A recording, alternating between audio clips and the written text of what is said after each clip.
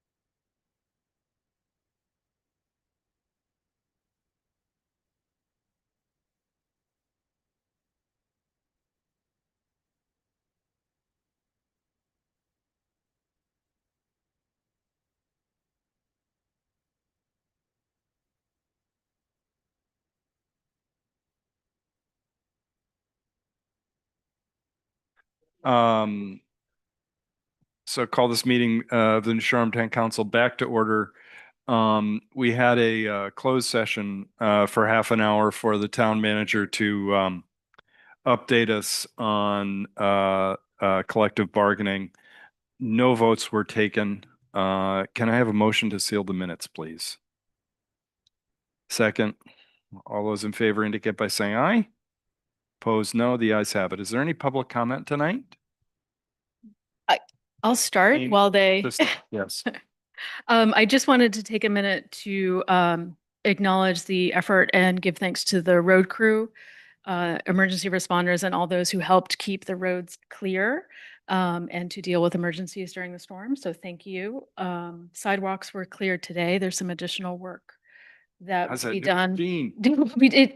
It struggled at first. Oh, did it really? It was not easy, but we appreciate everyone's patience. And the final sidewalk cleanup should be done tomorrow. So Great. that was all. Was it a mechanical failure or just? Just the density just didn't. Oh, yeah, right. Just That's- didn't. Yeah. Wasn't big enough, but we don't need that big all the time. Yeah. So. Any other public comment? Mac, Ty, anybody? Any of you guys? Yes, you go up there, you say your name, your address, and your checking account number. Do you want my mother's maiden name and the name of my first pet while I'm at it? Mac Brown, Assistant Director of the Recreation Department.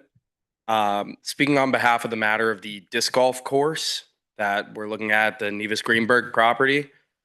It recently came to, and most of this, forgive me if I get any, my language is skew. Per couldn't be here tonight. Per Vaj, the attorney for Land Trust. So I'm trying to copy his words. But he was recently informed that the Nevis Greenberg Properties recreational clause doesn't involve disc golf, to my understanding, according to the zoning attorney. And so he is considering putting in a application with the town council about either finding out more specifically what that language would pertain to as far as that property being purchased for recreational use and why disc golf wouldn't fall under it, or getting it reclassified so it wouldn't have to go through zoning. And we brought some, yes. First of all, you guys are, I know you've been working on this for a long time. Mhm. As an observer, really appreciate the work you're doing and think it's a really great idea. My advice to you, I'm not supposed to give it during public comment, but we'll make an exception. Thanks, guys. Would be to make sure that you guys are is it per? Is that how you pronounce this? Pair. Get in touch with Amy, and if Amy wants to connect him to our land use, you know what I mean? Yep. I think it's fair to say we'd all like to be helpful. Mhm. Those recreation easements that they, in those easements, you have to really look at them, I think. Yeah. And I'm sure it's not a philosophical thing, it's a technical thing. Probably. So that's best handled by, just make sure Per gets in touch with people. Gotcha. He did say that he has plans of getting in touch with you. Sorry to surprise this whole thing on you. He just couldn't make it tonight. So he does have a plan to send in an application about reclassifying that property in order to have it maybe classified differently in a way where it wouldn't have to go through zoning or anything along those lines. I just came as a representative for the rec department as we are, Terrific, yeah. with the management Yep. plan.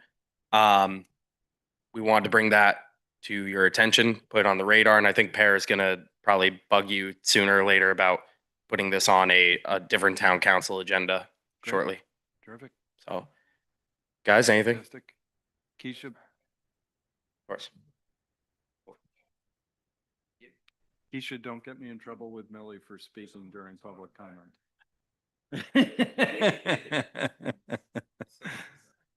Sosha. I came over because I think I really should thank two departments of the town. One is the police department, called me 2 days before the storm, made sure I had ordered my medications, and did I have any, did I need any help and whatnot? I said, no, I was just worried about my pipes freezing because my basement is just fieldstone. Yeah. And had just bought a space heater, figuring, okay, that might do the trick. Within a half hour, John Bruner came to the house, inspected my faucets, showed me which ones to drip drain and when. And everything worked out just fine. But what a community. That's great stuff. So thank you on my behalf. Thank you. Thank you for telling us that. That's a great story. That's why we live. That's why we live here. I had, to follow up on that, I had, as kind of an EMA hat, I had reached out to the chief and I had spoke. And I had spoke to Beth about that, about the list, the senior and good people's list. But that they call, and to Beth's credit, Beth was actually out, but she took that upon herself to make sure they could follow through. So that's dedication. That is great stuff. Any other public comment? No? Thank you, guys. Absolutely. Consent agenda. Minutes are standard shellfish closure and a transfer of a cemetery lot. Can I have a motion to approve the consent agenda? Second. All those in favor? Keith, I have a Yeah, question. sorry. On the shellfish, is that, that's a standard we do every year. There's no changes to that? Thank you. Yep. All those in favor indicate by saying aye. Aye. Opposed, no. The ayes have it. Well, I was saying, don't leave, guys. Don't leave. Don't leave. This is a good, you like good news? Here's good news. We're just about to put each one of you on a committee. Exactly.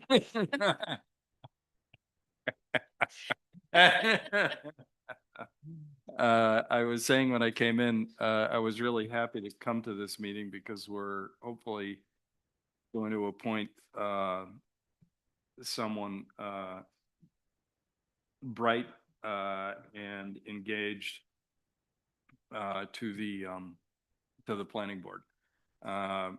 Planning board, as everybody here knows, is I would argue one of the most impactful boards that we have.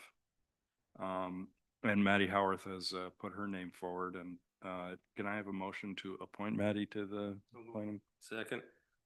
All those in favor indicate by saying aye. Aye. Opposed, no. Ayes have it. Thank you. Thank you very much. That's great stuff. Thank you for doing it.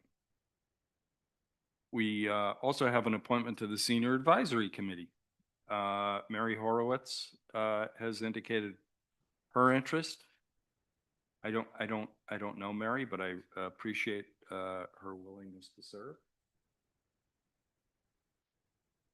Yeah. Yeah. Is there a motion? Is there a motion for Mary? I'll make a motion. Is there a second? All those in favor indicate by saying aye. Aye. Opposed, no. The ayes have it. No, we had a letter about historic district, but was that next? Okay. Yes, Great. are we whittling away? We are. Motor Vehicles for Hire, Historic District, Old Harbor Task Force, Police Advisory, and Sewer and Water. Some of those have been on for a while. Item 5, Amy, do you want to take us through this? Yeah. Keith, Yeah. On that sewer and water, I really want to reach out to the people that are on it because it really affects them. So anyone on that are in the water and the sewer district, they're affected. You're affected by your rates. You're affected by what happens. So it'd be, if they can do some soul searching, and hopefully there's some people on that, we can get some people in that. It's true. Yeah. 'Cause They're important boards. I mean, Yeah. they really make are. a lot of decisions in the direction the town's gonna go, but there's also, it's a lot of responsibility. There's a lot of financial decisions made with that Yeah. also. So it'd be great if we could try to get some of those two boards filled. Yeah, because Kathy Zabo was such a good Right. board member because she was a business owner, but they haven't really gotten that kind of. And they have a big replacement. impact on the town.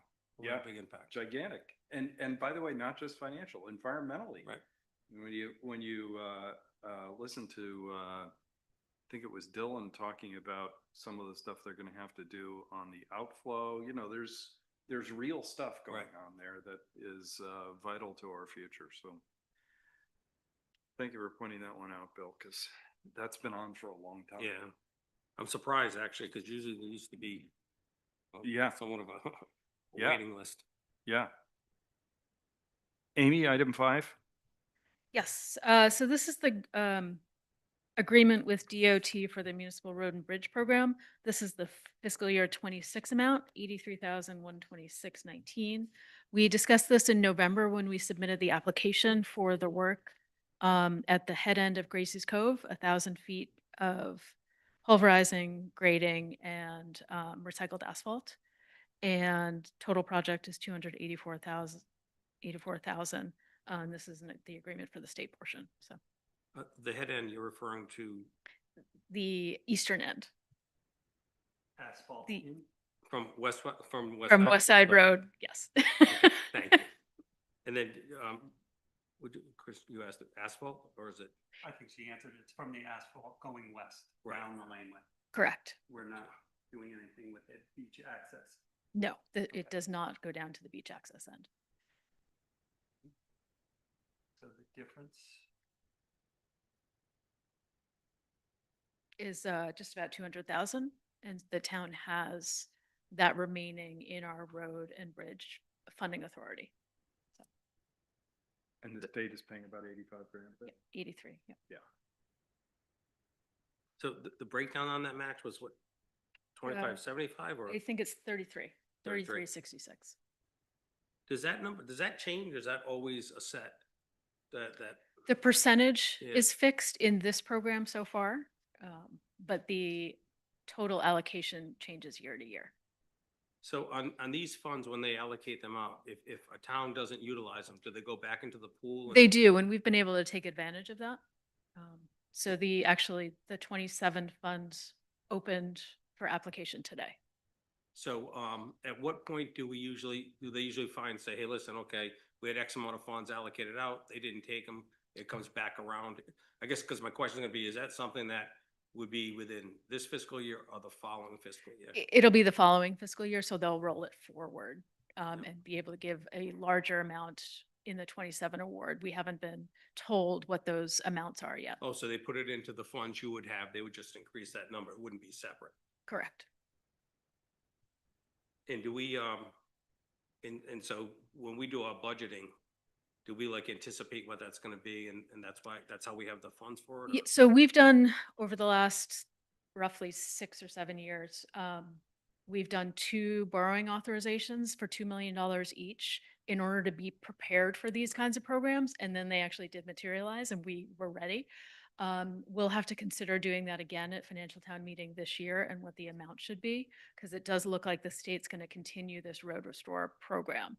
So whether we set aside a certain amount in capital, whether we do another larger borrowing chunk is a conversation we'll have in the budget process. How much do we have left in this bar? I mean, This 200,000 will take everything that we have left. Okay. So we'll need to start fresh. It's really wise to have been ready. Yes. That's, Hmm. And that's my point on, especially if there's Yeah. extra funds, you'd hate to have an opportunity and not have, the fund available. well, from the- as to be more competitive than Amy's language was, if some other town drops the ball and there's money there and we're ready, what the Right. heck? You know? So in doing that, Amy, what we've done in the past is we did like a borrowing authority, so if it comes up, we use it. If it doesn't, it doesn't get spent on something else, it sits there. Exactly. Right. This remaining 200,000, we do have in cash because we issued the second 2 million already. But historically, we wait until we have something to spend it on before we issue. And what is the ballpark number? There's not like a certain number that's worth going through that bonding, in other words. Even have- 2 million, you don't issue on its own. You Yeah. wait until you're bringing something else to market. And so we've been able to add that 2 million onto different things that we've issued in recent years. you don't just do it by itself. And, Right, and it's within, again, kind of a small enough scope that we can float the cash flow in the meantime. right, So thank you. Hey, John. So can I have a motion to approve the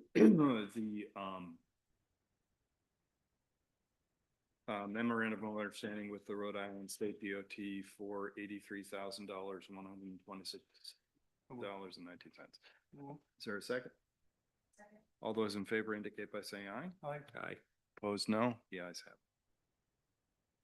it. Amy, you and I neglected to chat about how you wanted to lead off on number 6. Is this a you and Nick? Is this a Keith and Amy? Is this a- I'll start and Okay, then great. Nick. Terrific. Thanks. Does that help? So Hi, this, Nick. Hi, everybody. this is really coming out of a philosophical discussion, but if the town wanted to take legislative action, now would be the time. So this is the question in front of you to be considering. In recent years, there have been several somewhat hypothetical situations that have come up where the question of how would the town retire or extinguish a moped license if the opportunity arose? And, so an example would be in late 2024, there was an article about Martha's Vineyard and a moped license that was for sale there. And so it gave us the chance to say to ourselves, what would we do in that situation? It's the opinion, I'll let them speak for themselves, of our solicitors that the most clean way to execute something like that in a way that is unlikely to be challenged or would sustain a challenge over the long term would be to clarify the enabling legislation at the state level to make it clear that the town can proceed this way. I know when we talked about this with the legislators, very briefly, the question about the 1995 Raleigh and Fran Migliaccio example came up. And so Millie and Keisha did a lot of research to chase that down. And in 1995, they did not renew a moped license. So that did happen. It was a very different legal landscape. I think we can all agree it was before the consent order and before the fixed number of 34 licenses. So Nick can probably talk to a little bit better what's different now versus then and why that's probably not the right precedent to rely entirely on. But again, the recommendation today would be if we wanted to prepare for a situation like that, there's nothing in the works, but sometimes that's better because you're not dealing with individual personalities.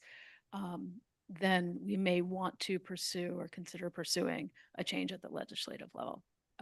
Nick, I'll let you. Yeah. 94, there was a set, we went down to 34, but there was a set number of mopeds at the time. Yes, it was on a reducing schedule. Yes. And it was reducing schedule, but it was set. So it wasn't like you could have whatever you want at that point. We just negotiated out that 34 when they did the consent agreement. Nick, do you want to? Sure. add No, to that? happy to. And I agree with everything Amy said. We're in, as everybody in the room knows, a very different legal landscape. But to hit the high points, as the council knows, your ability to regulate mopeds is derived from state law. It is a very narrow, very specific provision of power that's given to the town.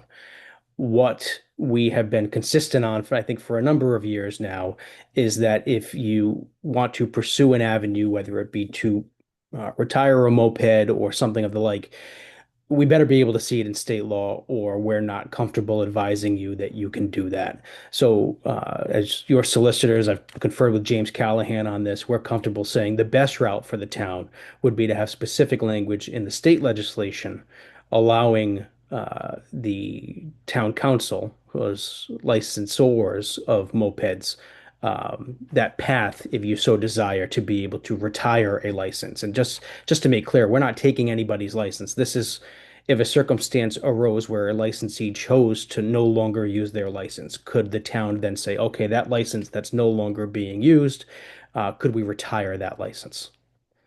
So long and the short of it, I think we need specific legislation from the General Assembly Um, and happy to answer any questions, but I think Amy covered it. Nick, what does the law currently say now? Sure.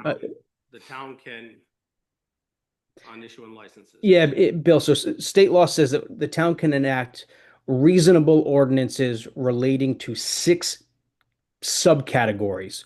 One of those subcategories is the amount of licenses that are issued. So what could be problematic absent specific legislation at the state level is what is a reasonable cap on mopeds?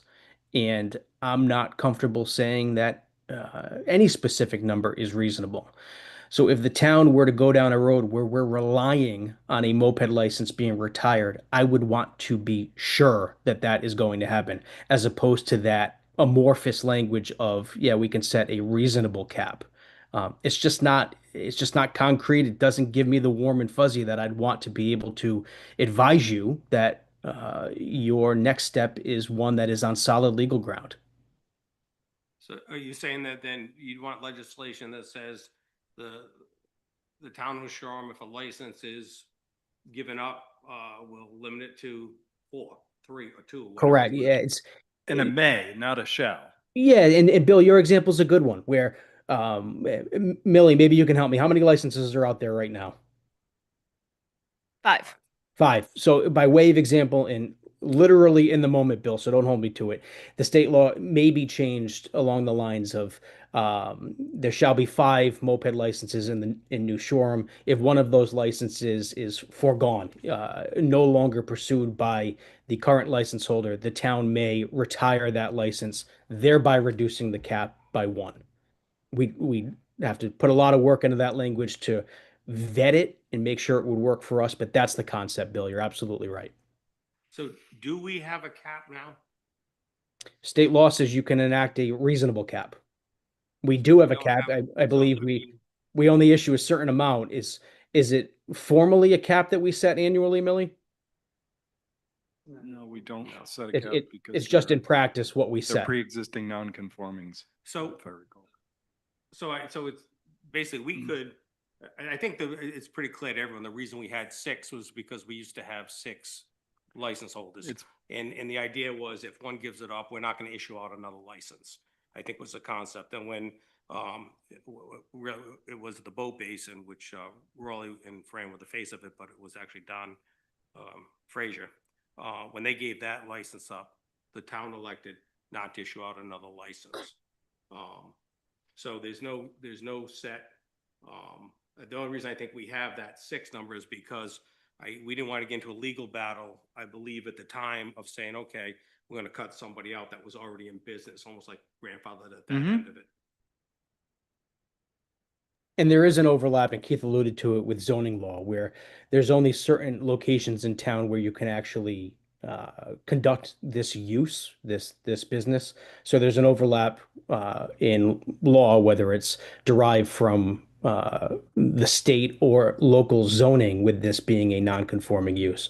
But nonetheless, this retiring process, I certainly want specific language from the General Assembly. I would just want to make sure that the big provision we have is these licenses can't be moved through the zoning. And I want to make sure that the emphasis doesn't go onto the license, that the folks that you have a license then find a spot. The reality of it is, if you can't operate on that spot, then it's limited to there. And I just would want to be real careful, because I think that gives us some leverage as to, I think, also preventing new ones and where they happen to be.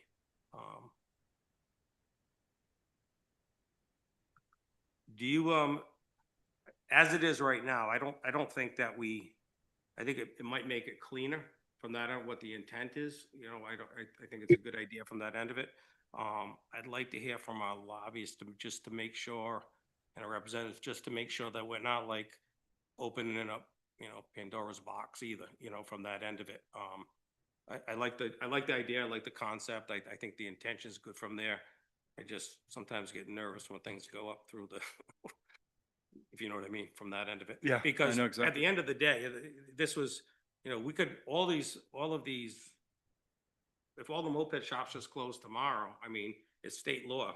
You know, there's nothing to say that the state couldn't allow another a moped license from that end of it. So our hands get tied when we get up there from that end of it. So, but I don't have any objection to it at all. I think we just need to think through the second order of it, and I think that's where Jeff and Rick would probably come in handy from there.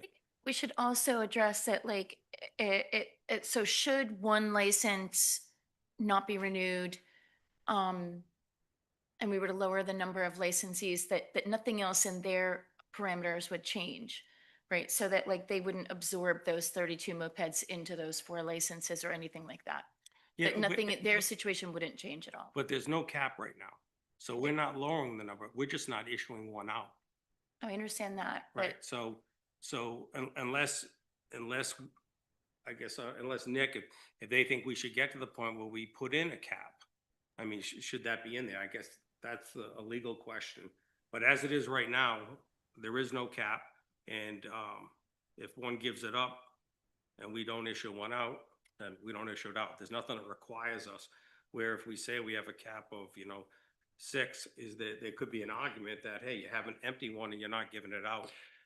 I view this as largely technical, and Mhm. it's not designed to take anything away from anybody. It's Right. just if this situation arises, we want to make sure that we can retire a license and won't be in Superior Court with somebody saying, "Hey, wait a second," that's, I mean, Yeah.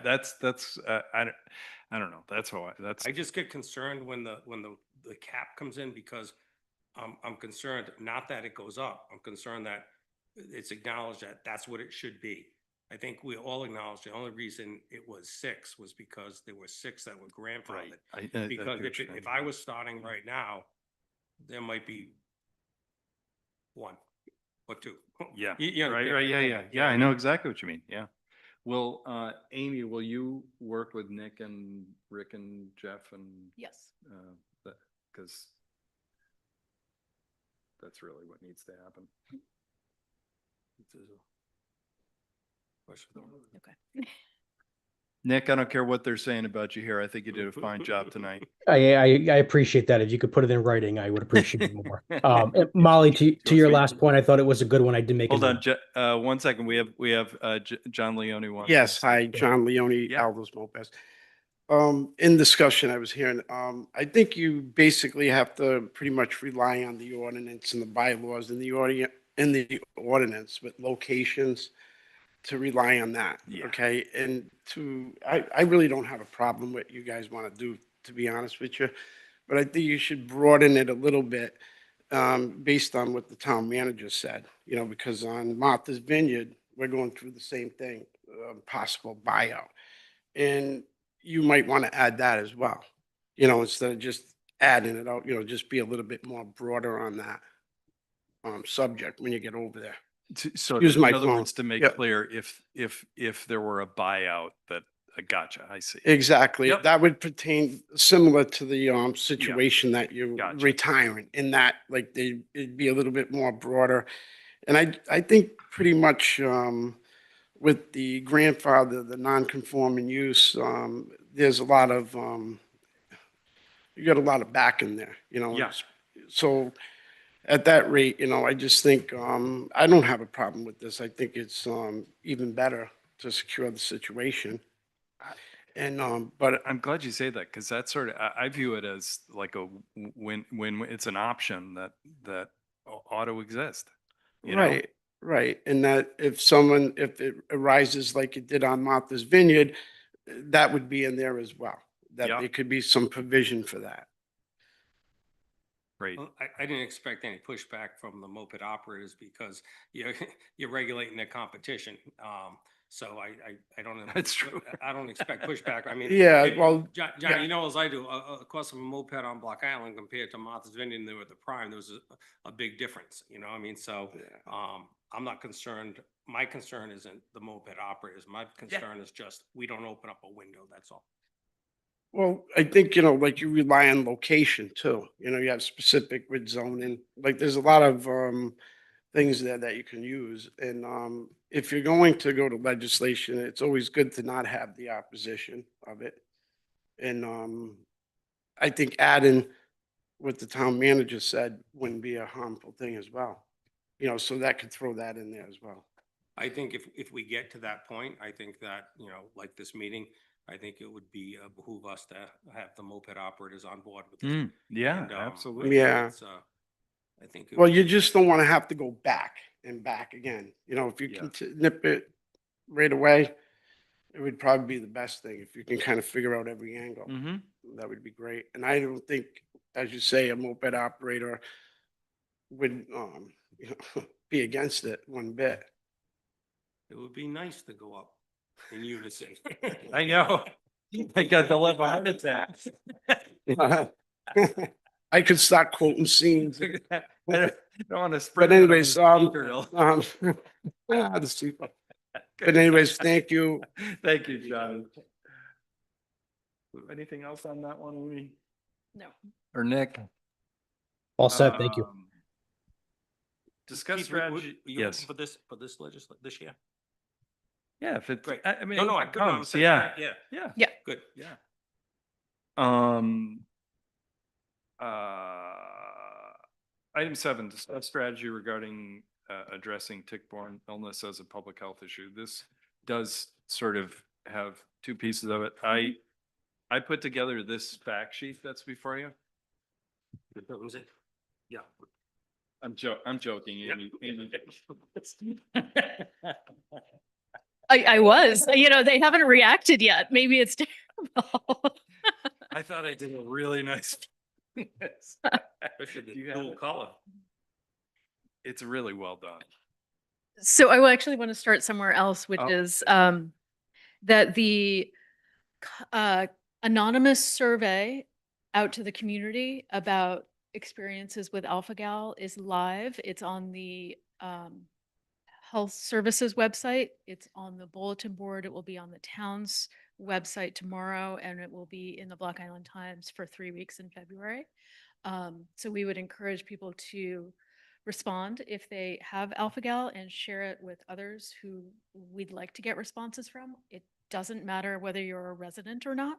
We want to get a broad sense of those who are related to Block Island and have been impacted by this. And it does not require that you share your name if you choose to. It helps us do some follow-up, but it's not necessary. So that's going to be out there around in February, and we appreciate anyone responding. So I wanted to get that out of the way. And then, yes, in order to get my own thoughts together and start to be able to have conversation. Before you start that, I just want to, I just think it's important, just to note, that, the, staff providers at the Block Island Health Services have been terrific. They've just been really, really helpful on this. In terms of thinking about the data, how to frame the data, and Lori Anderson gave us I think the quote that Amy and I like the best of anything we've heard. We don't have her sign off yet to use that. Okay, I'll just say it's a good one. Well, and Keith, it's gonna take all hands on deck on this. Yeah. So I mean, Absolutely. what we're asking with Yep. DEM, I mean, it really is gonna be the collective effort from this little survey means a lot. Yeah. So Yeah. everyone needs to pitch in. Yeah, please. Yes. Sorry, Amy. No, that's okay. It's all it is all hands on deck, and it's Right. coming from a lot of different directions. And so when Tina and Alana were here and talking to our lobbyists and getting ready for conversations with Department of Health and some other players in this conversation, having a 1-page or short, concise review of what the town is trying to accomplish felt important, because we're going to talk at people and hopefully get their buy-in. But we may be reaching out to them for just one area when we're really trying to do a lot of different things. So this is a first attempt to try to codify that in one place. It's got some holes. It's definitely a draft, but I do welcome feedback For example, on the chart that you see there, that's the Martha's Vineyard number. And you can see the escalation, and we would expect to be on that same trajectory. We have some numbers from Department of Health for 24 and a portion of 25. We have not been authorized yet to release them. So we're working on that in order to be able to talk about those numbers more clearly. And even then, we know that they're not representative of the actual Block Island experience. But that trajectory is pretty intense. What I really wanted to talk about with the council today is what's in the lower box, where I've tried to put together 5 priority areas based on the conversations that we've been having and get some of your feedback on this. The first deals with data collection, and that's really starts with that survey, and gives us a way to talk about with Department of Health why we need to be able to talk about their numbers very freely. But that one's pretty straightforward. The second is mandatory reporting. And this is just another tool, both at the state level and at the federal level, that would start to require that alpha-gal be a mandatory reportable disease. It seems like in Rhode Island, most people are complying, most providers, with the voluntary reporting request, but it's voluntary. And we know a lot of our population live or get their medical care outside of Rhode Island. So again, it's hard to really get those numbers on a national scale. So I think that's an ask that we'd like to do in the background. It may not be our first priority, but it gets us towards building that long-term quantitative analysis so that we can know how quickly we're really experiencing growth. Hunt strategies, this is really the DEM angle. And we're going to talk more about that with Keith's resolution, but asking for that authority or cooperation to, as Bill said, move from management towards treating it like a public health emergency. That can mean contraception, that can mean managed hunts, that can mean baiting, a lot of different strategies. And our next conversation with DEM really needs to articulate what those are. They're ready to hear what our request is and what our plan is and have feedback on that. So we can talk about that. The next one, research, feels a little esoteric, but I think it gets to, or a little nebulous. How do we actually deal with this over the long term? We have some immediate strategies, but until we start to support some of the scientific work around additional vectors and how rodents play into this, and monitoring the tick populations and things like that. So I think that means sometimes us just offering support and making sure that we're hosting scientists to do this kind of work, partnering with DEM, who I think is going to be launching some tick management programs on their own accord, but making sure that we're included in those in a very dedicated way and hopefully have real access to the data. So that's what I mean by the research. And then the last, I think Keith started to touch on when we talked about this recently, is the education and training of our local community. So making sure that people are aware of what some of the signs and symptoms are, possibly using and distributing EpiPens more widely so that if we do have an urgent situation, there's the tools are available, and hopefully we can avoid mortality situations as this continues to grow in our population. But thinking about what we can do in a very easy way, honestly, to get the word out so that people are aware, so that we can minimize the impacts of what we know is already here. So at a very high level, I'm looking to distill some action items across a lot of different areas. Good Thoughts? stuff. It's I great guess stuff. my thing is, we've all identified this public health crisis. Where do we stand with the Department of Health? Are they working with us or the medical? Right now- Good question. Yeah, they are working with the medical center, and we are in the stages of expanding that conversation to include the town more directly. So they're open to the conversations, and we're starting to formalize them in a more robust way. I am going to, I'll forward this, as I always try to, Keisha or Laurel, this week, but, I got an email, over the weekend from a woman who is the executive director of the Alpha Gal Alliance. There is a national organization that I was not aware of. And it contains some really interesting information, and they have more. So I think they're likely to be a research. One of the things I just want to, I just think is important because I've had this question, and as a layperson, I'm always sort of like, yes, we need to include rodents too. You know, that's, I'm sure you guys have gotten that. Lone Star ticks. The vast majority of alpha-gal cases in the U.S. are caused by Lone Star ticks. Lone Star ticks do not feed on mice or small rodents, unlike other ticks like black-legged ticks and American dog ticks. White-tailed deer are the keystone host for Lone Stars. Therefore, your plan to address the deer population is right on target. Reducing mice populations and strategies targeting mice will not help the situation, which I had always sort of lumped warm blood kind of, you know, in the same in the same bucket. There's another point that she makes about their awareness material, but they have to your last point, Amy, they have tick bite avoidance brochures, which we probably ought to take a look at to see whether that can help with, you know, with the effort. And she's really focused on Lone Stars because obviously because of the alpha gal.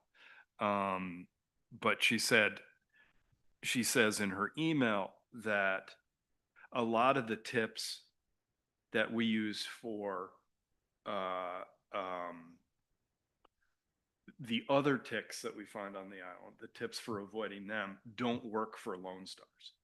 So some of the information has to be pretty Lone Star specific in terms of bite avoidance, which I you know, you sort of think ticks, right? But these ticks infect faster, bite faster, you know, sort of a lot of different things. Anyway. Amy, I thought you did a really nice job laying this out. Two quick questions I have. One on, you had mentioned on the hunting strategies. Have you spoken with DEM or we're going to speak with DEM? So it will depend a little bit how our conversation goes relative to a resolution, but if it's okay, I'll intertwine the two. Yeah. Assuming our goal is to get results, I would like to have the next step be to meet with DEM. Good. If our goal is to make a political statement, then we pass a resolution and bring it to the legislature. But I think meeting with DEM first is the right strategy. But that I have to be blessed by the council to do that. Well, I myself personally, I concur with that. I think either way that we go, I think Keith, and we've all said this, we have a good relationship. We don't want to jeopardize that relationship. And even if it's a matter of philosophically, we totally disagree, no one's being blindsided from that end of it. So I support that approach. I would imagine the rest of the council. We should, it's gonna be over to them to have a discussion first. And Take the political. and I'm okay if DEM says, you know what, we didn't realize the numbers were that bad. Here are the tools that we have. Let's get to it. You know, I'm okay. I'm okay with that. So you know, I think DEM is the place to start. I totally agree. And I think that it's, you know, I think it's also gonna be narrowed on down. I mean, I think we have the conversation, you know, we have the conversation, we both know where we stand, and we'll have a better idea, you know, where they stand with it also. But I think for you to start that path would be great. The other thing was on the education and training, we were talking about EpiPens and stuff like that. One of the areas, and I know money's always difficult, one of the areas with the Department of Health, we sometimes get funding through written rates for the, there's these milestone things that we do. for setting up pods and so forth. And Shirley's really good at that. And we do these, we get, and it's not a lot, it's 2,000, then 5,000 and 8,000, whatever. But that might be, we have a lot, at least from when I dealt with it in the past, we've had a lot of latitude. We've used it from everything from buying defibrillators to doing ads in the paper for hurricane awareness. Maybe that might be an area we might be able to carve something in, just a thought. That's a good thought. Great. Because I do think you're gonna find, if this stays in this trajectory, I think you're gonna find this being like you find Narcan, almost. Yeah. Those EpiPens around, Worried which, about it. and like I said, whether it's, and the upside to this, whether it's because of this or some kid in the field gets a bee sting or whatever, it's not gonna hurt to have that Yeah. available. Yeah. It's there and training people to recognize the signs and how to use Exactly. them. So. Great. So my goal here was to make sure that I was headed in a direction the council is comfortable with. I'm going to continue to work with health services. I expect that will mean having a meeting with Department of Health and DEM separately in the very near future. And in terms of working with DEM, for us, just about anything is on the table in terms of managed hunts, baiting, sterilization. Is that a fair? Yeah, and I think it'd be great for you to meet with them, but I don't have any problem with us meeting with them.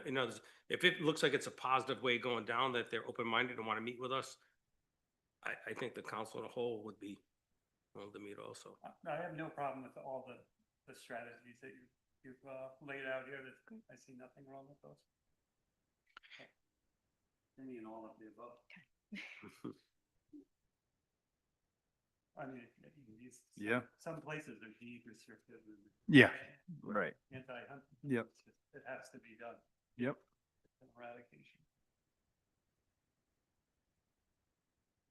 Shall we move to 8? Segue to the, Great.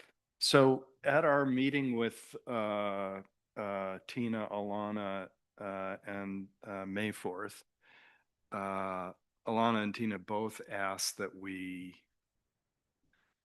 basically come up with a resolution that says what we're asking for. And I'll be honest, I really struggled drafting this week. So this is the preamble. I'm not going to read the whole thing, but you have a copy of it. But Yeah. the I read it out. the preamble, is very similar to what we've written before.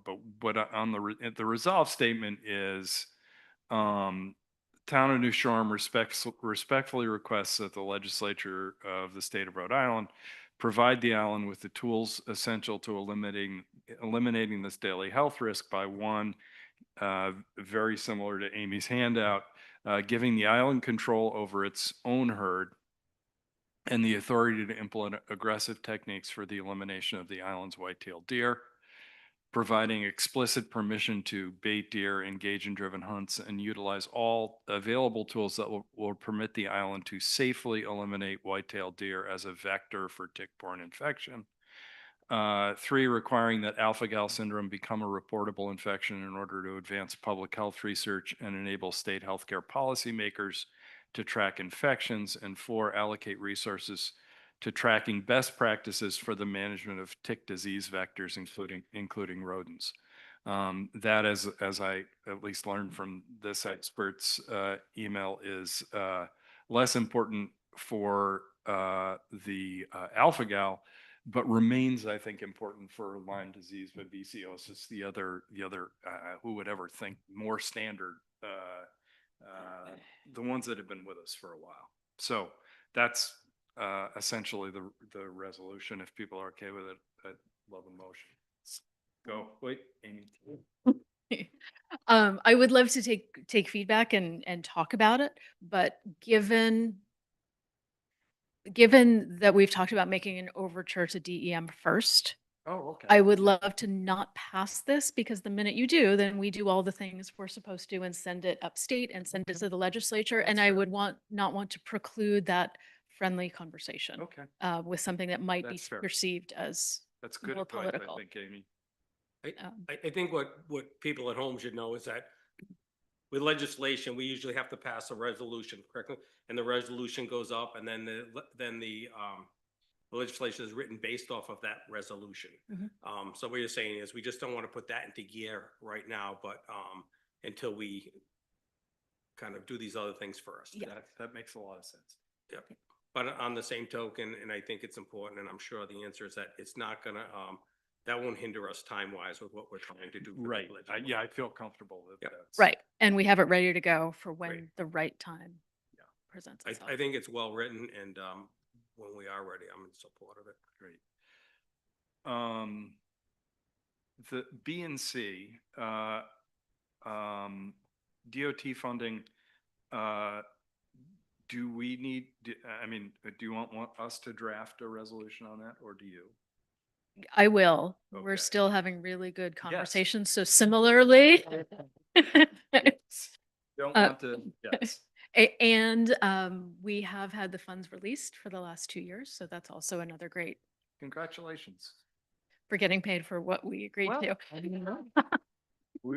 That didn't happen, you know, I mean, didn't fall out of the sky. So on C, I do want to share just a little bit more. Please. We do have a group that continues to meet and will, we have an expanded number of communities participating in our next conversation, That's good. which is great. Those conversations have been productive.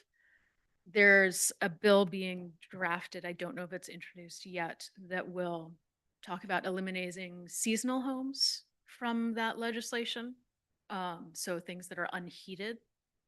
Not the highest priority for us, but still, I wanted to let you know that that's going to be out there for us. That's about 52 homes that are identified as seasonal or unheated in our population. But I did go through the exercise of really trying to narrow down our numbers. The estimate for what Division of Taxation thinks they will collect under this program is roughly 37 million. I estimate that we will, our taxpayers will pay up to the state between 3.6 and $4 million. So about 10% of the statewide total, which is a pretty significant number. I wanted to make sure that everyone was aware of that. And in terms of the amount of tax that people will pay, it ranges from 0 to 78% of your New Shoreham tax bill. But for the average person who qualifies to pay this tax, again, we're making assumptions about Yeah. their residency, they will pay about 40% of their New Shoreham tax bill in addition to our New Shoreham tax bill. So Amy, it becomes much more real when we say, so someone that has a $2 million assessment. Yep. Which $2 million is not hard to hit this day. So what would they be paying on that? Just so. Don't ask me the math number. Yeah, it's a pretty easy one, yeah, but it's, I think it, the percentage, I think people, it gets lost in the, when you hear that, the first, on that next million, 40% would be Boy, that's a lot. 400, yeah. Yeah. It'd be 40,000, 4,000. For about 4,000. So if you're, and our mill rate, to give people an idea, our mill rate is under $5 for It's around 4. 576. What's that? 576. 576, and this equals almost the 250 on 500, ends up being like a 5% mill rate, a $5 mill rate. So when we talk about, we're supposed to be talking about our homestead exemption, which sunsets this coming year, and think about our local tax strategy. This hinders that conversation. Yeah. And that is a real frustration Yeah. for us as we try to implement new policy. Yeah. It makes a difference. I don't know how many of you saw the New York Times article over the weekend about Massachusetts and their seasonal tax situations. That idea of seasonal residents being valued parts and feeling themselves like valued parts of a community, and how these policies start to erode that, I think is really important for us. And it makes a big difference. So Amy, the group that you have, I mean, there's 3 options here. There's option 1 is to have it delayed. Option 2 would be repealed. And option 3 would be that that $1 million level raised to a higher level, 5 million, say, or whatever it might be. So if that were the case, it would. There's another, One more, which is Yep. kicking the money back to the town. Yep. Kicking some of the Yeah, money that's back. not one, that's not even one for me at all. Yeah, no, I'm Yeah, not saying I yeah. support it. I'm saying that. Yeah. And I think that in that level, so, and the argument being, if the intent was to be and I hate using the word, the Taylor Swift tax, then, you know, that level at $5, $6, or $8 million up, but then that's what you're actually hitting. When you're at $1 million, you're hitting someone with a summer home in Bonnet or whatever it might be from there. So, not to beat that drum all the way through, which we've talked about, but it's helpful to talk about that a little bit now because that will become the next turning point is sometimes when you're in a bigger group, it splinters. We're not there yet, but we will be faced with whether we support something that is less than repeal, whether we're comfortable with mitigating the impacts by changing the thresholds, whether we're comfortable with changing how it's distributed. And so those questions will start to come before the council, I would say in the next couple weeks, in terms of what are our priorities and what's likely to come together from a political perspective. Thank you for preparing us because this makes my blood boil. So I have to, I have to be prepared to think about it. I And if the answer is no compromise, yeah. then No, that's I the mean, answer. yeah, But- How many neighboring? Because there isn't a single agenda yet, it's hard to say. I would say there are about 7 communities that'll join the next conversation. Whether some of them are just testing the waters and want to understand what we're talking about, I can't speak for them. I think it's always important to say to anybody who's listening to these meetings that this didn't come from our level. This is a state initiative that we don't agree with. It's very frustrating that it's intended for homelessness and affordable housing, but none of the money will come back to us to deal with those problems here. Which doesn't mean that we don't have those problems here. So Yeah. So I guess my question would be too, if you can reach out to either our Senator representative or Rick and Jeff, if we can find out if there's anything, is there any movement for someone putting in a resolution? You know, I know we have, you know, you have the group that you're talking with. Is there anyone else, and probably through the league, you might be able to get this information? We're keeping tabs on that, yeah. Yeah, on tabs on that, because I'd like us certainly to support a resolution. I want to say it's addressed in this current legislative session. You know, that's where reading the landscape is where we're at right now, but I believe that we will take action either way. You know, one of the challenges with us compromising, you know, and saying, well, we could live with X or Y, is that I can't really come up with some because it's so, when you talk about the numbers you talk about and you realize how much of this money is going to be coming from our community. I mean, I don't know that we're the most affected town. But because I just don't know the numbers, but I'm inclined to stake out a really firm position on this. And with my finance hat on, we still have the principle of the Yes. state wading into property tax. Big time. Absolutely. Yeah, this is a slippery slope. I mean, you know, the state traditionally has not taxed, you know, for property. And so I think that's, you know, that one goes back.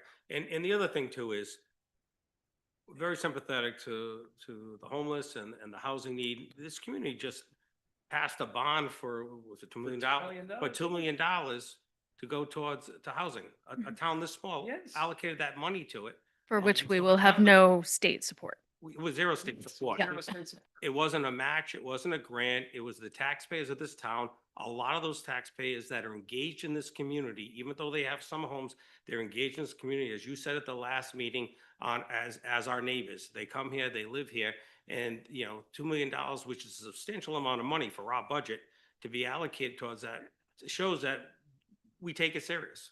100%. So and that's the frustrating part. So I Wait, just, but just how engaged would our same community be after the state has come in and raided their pocketbook?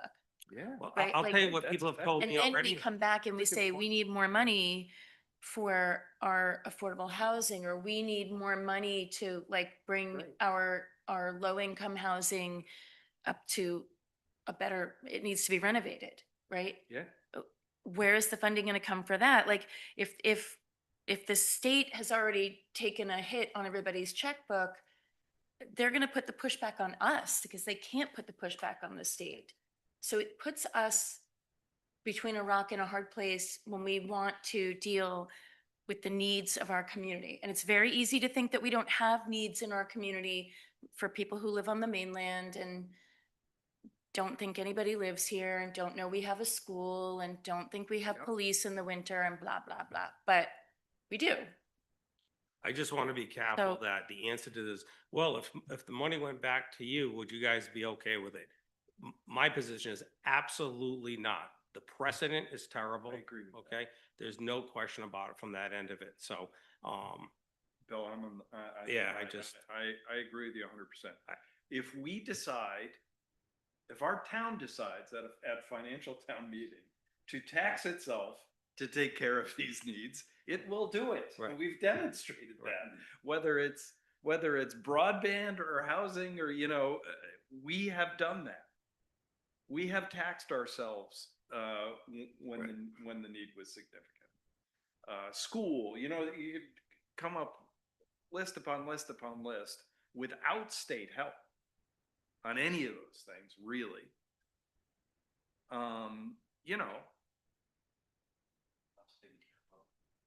Yeah. well, Amy, I'm glad to see you have this group going. I know that, You want us to clarify?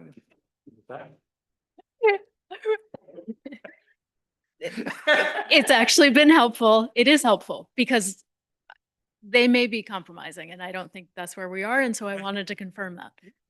So- That it is helpful to hear this actually, because people are more willing to compromise and find a solution and a middle ground. And I don't think that's where we are. And I know. heard that from this group tonight. listen, Slightly less nuanced. we heard from our rep and our senator, they were here. The big push was that they were for it, but wanted the funds to go back to the town. And that's where they're upset. We're beyond that. And I think at some point, like I said, that's where, we can't cut our nose off to spite our face, but on the same token, we need to, take that stance. So, and that's where I think, I'm hoping that you're getting the support amongst that group and, but either way, even if we have to stand alone, it's a position I don't think we can back down on from that end of it. Right. So, thank you. I'm with you. I have one other legislative update that is much less exciting. You'll see a resolution on the next agenda, which adjusts the purchasing limits. So thresholds for where we need to go out to bid for contracted services, hard goods, moving that from 10,000 to 25,000, which would make a huge difference for us. Okay. That's, you're talking for the bid process? Bid process purchasing, yeah.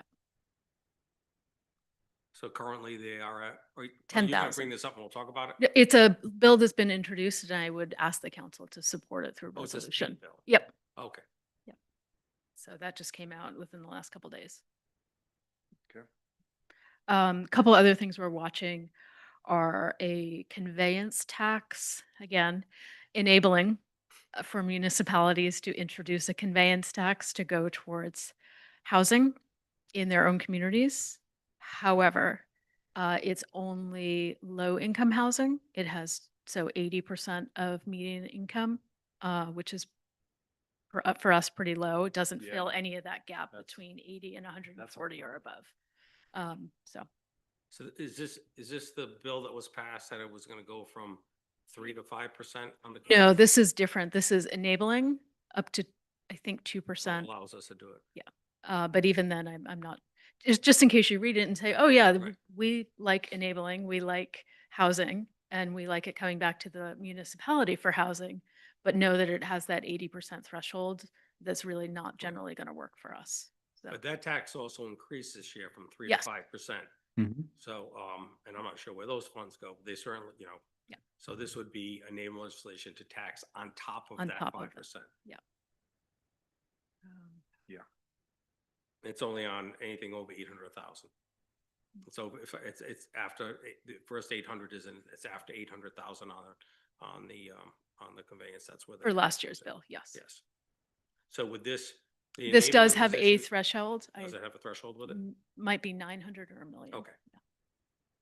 Yeah. But that's all I have for updates right now. That's it. That's all. That's enough. So just that They're enough. all important. They're really, really really important, are. you know what I mean? And they take a lot more time than what's sent here behind the scenes, and to stay on top of it, so. Any items for future agendas? If not, can I have a motion to adjourn? Second, all those in favor indicate by saying aye. I have, I might talk to you about, I'll let you handle that for a future agenda. To me, The future agenda, I'll talk to you later on that.